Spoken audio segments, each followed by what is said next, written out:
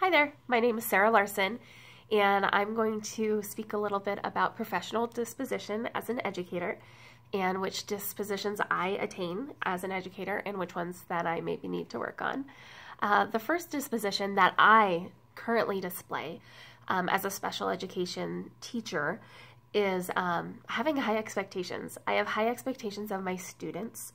I expect them to follow through with all the routines that I've taught them in order for them to have success. I also have high expectations for myself. This looks like giving assessments in appropriate manner, at the appropriate frequency, how often I measure their skills and how often I check in with them, and then also how often I change my instruction in order to suit their needs. For example, if a student is struggling with a concept in a small learning group in which I teach, we will stop and we will revisit that subject until it becomes mastery. And then the small group will then move on and learn the next concept or generalize that skill into the next coming skill that's in the group. I also have high expectations of the staff that I share students with. Being a special education and teacher, which has a pull-out model in which I take kids from general education to receive specially designed remedial instruction in specific areas of concern, sometimes it's difficult for the teachers to manage that time that they're out of the room, and sometimes it's difficult for the students to come back and transition.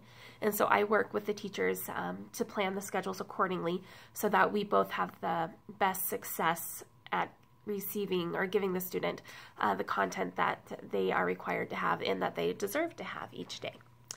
The second professional disposition that I show is reflection. I spoke a little bit about this in my first professional disposition, is I reflect daily upon my teaching, my students' capabilities, my students, how they demonstrate their work, what they're able to do and what they need some assistance doing. It's how I gear my instruction. It's how I believe all educators should gear their instruction. Is they cannot move on to a concept until the other one is fully cemented in their brain, or at least it's in a spot that they can access it.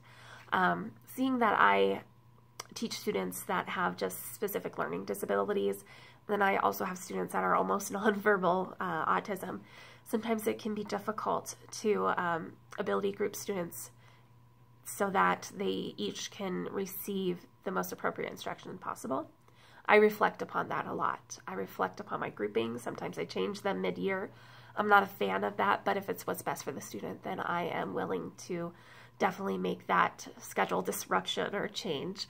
And I do it willingly because I have compassion for the students that I serve and the students that I work with. A professional disposition that I struggle with is fairness.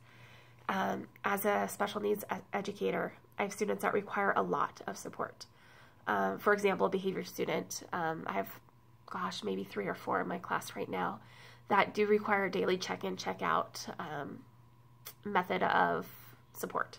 So this looks like me going to their general education classroom with a chart in which the behaviors that they need to display throughout the day are stated in a positive manner. They're defined, and setting a goal for them for that day. So if they reach their goal, which we set together, then they earn a prize or a reward that they determine. If they get this, if they are able to display that behavior throughout the day, and I check on them at lunchtime, during class time, and after, well, not after school, but at the very end of school, they get that prize. Can I do that with all my students? No, I can't. That's not fair. Fairness is something that is difficult for me to do. I have to choose between what is equal, being that everyone gets 30 minutes of instruction per academic subject or behavior social per day, and then being equitable, which is providing each student with what they need to be successful. That's something I struggle with. I know that there is a balance. I'm still trying to find it. And I do ponder, I wonder if all the students, if I had that model with all of my students, which is logistically not possible, would they succeed at a higher frequency or a higher rate than what I'm providing to them now? I don't know.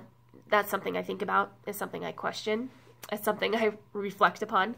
but fairness is definitely hard for me to put into place in my classroom. As a professional educator, it is important that that we are advocates for children. We are also a source of motivation. We are also there to provide rules and to give them that comfort of having consistency.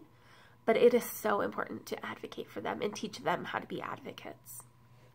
The next point I want to talk about being a professional educator is that we need to demonstrate the skills that we want our children to have, i.e., we need to be punctual, we need to be prepared, we need to be kind in all of our interactions. We shouldn't mention things or characteristics of another teacher or another group of people in an unsavory way. That's inappropriate, and I don't ever want my students to feel that it's okay to put others down for being different, even though it may seem harmless to us as adults who are able to discern, what a true negative comment is and what is not. The minds that we teach to and the people that we interact with may not be able to discern that. Therefore, is it appropriate to make comments like that at all? I know in my personal life that may not always be the case, but definitely with my students, I make sure to always have kindness, respect, courtesy in all my interactions, and I do strive for that in my personal life, but it's not as on the forefront of my mind. I hope you enjoyed listening to my thoughts, my ideas about professional dispositions.